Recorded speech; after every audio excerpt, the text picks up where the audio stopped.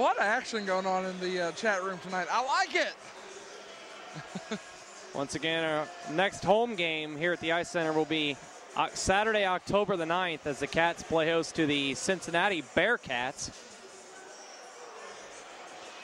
Those two teams met once last season, with the Wildcats winning that game rather handily. I believe it wound up something on the lines of 12-2, and Beardsley is actually going off for Kentucky. He's headed into the locker room. His night is over, as is J.W. Hansen.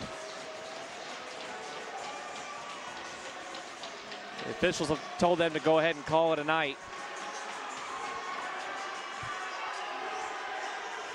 Score remains 13-0, and the clock's running. Clock continues to run. So. And we already have Hansen has a penalty on the board that's running right now. Not sure what that is, unless it was an additional penalty for initiating the action.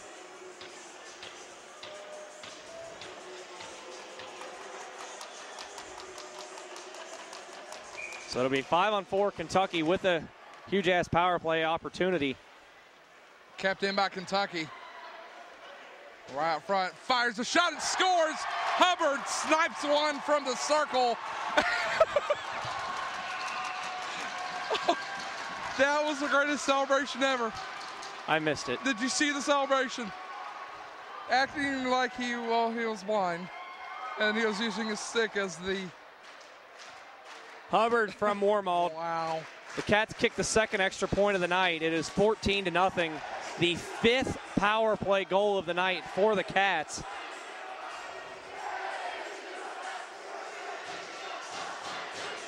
Wow.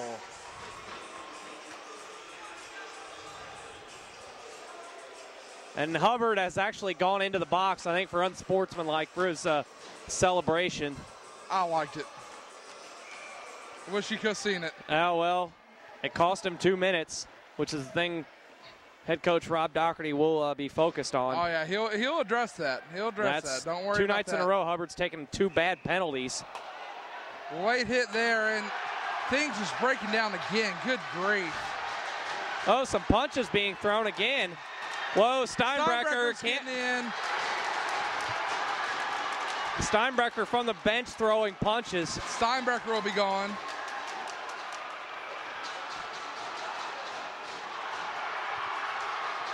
Oh! Whoa! Takes his stick and swings. That's Pat Whitman getting taken down and having a stick swung at him. That was Marin swinging his stick. Whoa. That's above and beyond anything that should be allowed on the ice. You swing the stick at somebody like that, like he did, coming down on him, and I'm sorry, that should be a misconduct and multiple game suspension. Oh, yeah, definitely. And I'd say the exact same thing if it was a Kentucky player that did it. Right. Either way you look at it, it doesn't matter what side. No, it doesn't matter. That's just, you cannot do that.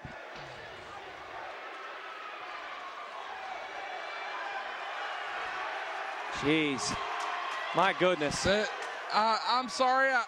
Right now, I'd almost say they should call it before it gets worse. This is going to, we're pushing the brink of a bench clearing brawl at this one. We are. At this point.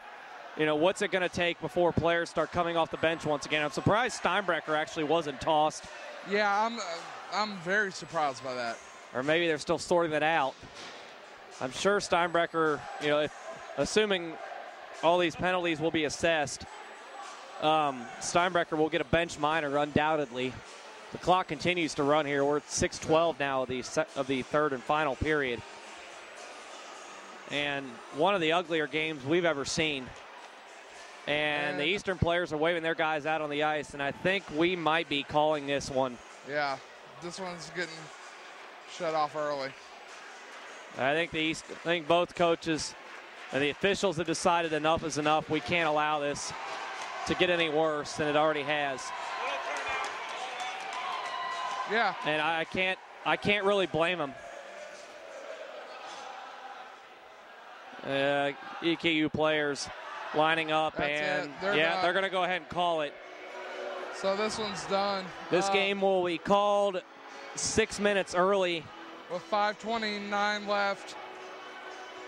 The Cats will win this one 14-0. 15. 14. They were off on the scoreboard. They added one more.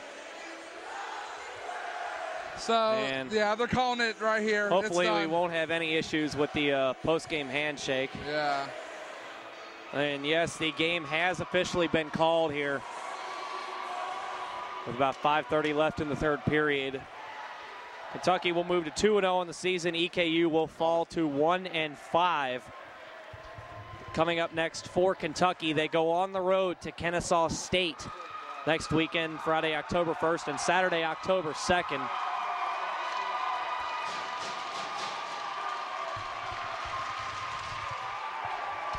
UK fans absolutely rowdy here.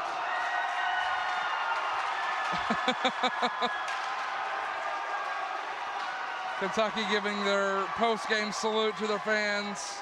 So once again, the final score here, Kentucky wins 14-0 and sweeps the two-game series by a combined score of 28-1.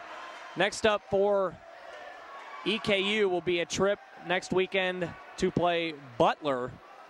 And then the 15th and 16th of October, they will have a split series with Northern Kentucky University once again. Aaron, you're being told to get out there and play for EKU for the last 6 minutes of the game. No, I'm good. I'm good. Appreciate it, though. So an ugly end to what turned out to be a very ugly game in all facets, scoreboard and actual ice play. And if you're coaches for both stabs, I think you're going to kind of be happy to get your teams away from one another. Yeah, that was a smart play there. Just good move by the refs to go ahead and call this one. There was no need to keep it going. All it was doing was just going to further incite any more trouble. Right, 14-0 your final score this evening. Let's get right to it. Let's do our three huge ass stars of the game. It never gets old. I know, I love it. Wow. The third star for me, I would go with Dylan Rohart simply because of the plays he made on both of his goals 6 and 10 of the night. I'm getting hit with a chair here. The breakaway goals, the first goal shorthanded, the second goal to make a move around the goaltender to do it. So Rohar, the third star for me tonight. The second star, I'm going to go with Michael Getz. Had a couple of goals, I believe 3 assists, 2 or 3 assists to go along with that. And first star for me is Billy Glass. Got an assist in the third period, but really set the tone in the first period for Kentucky. Came out with so much energy and fire and scoring 3 first-period goals. The first huge-ass hat trick of the season for the Wildcats goes to Billy Glass. And 2 of those goals actually were on the power play, and credit to Kentucky's special teams. 5 power play goals for tonight. 2 from Glass, 1 from Getz, 1 from Schmidt, and 1 from Chris Hubbard. I'm going with mine. Obviously, my first star, I'm just going to start right there. It's going to be Glass. I can't go any wrong with that one. Second, Rohar. And who was your third? My third was Rohar. Rohar. Who's your second star was Michael Getz. Okay. I'll give you. I'm going to go Saris on this one, I think. Okay. That's fair. Saris had a point in assists. Had 1 goal, 2 assists. So he had a good night as well. And I'm going to go with an honorable mention, Jim Borgard getting the shutout. So Borgard got the shutout. Cats. He gets 14 goals of support and gets a shutout. I don't think Borgard saw 14 shots the entire night. May have not even seen half of that, to be quite honest. I give him 15 or so. Perhaps at most. Kentucky was that dominant throughout the series. Once again, sweeping the series by a combined score of 28-1, and they will next head on the road to take on Kennesaw State. And Kennesaw State looking for a little bit of payback from last year's series here at the Ice Center, in which Kentucky beat Kennesaw 10-2 and 10-2. And one of the more dominating series we've ever seen, perhaps until this weekend. Definitely. We'll see. We will see what's happening with Kennesaw next week, of course. I Wow. think one of the Kentucky players Doing the John Wall dance out there as he's picking up the last of the equipment. All right, guys.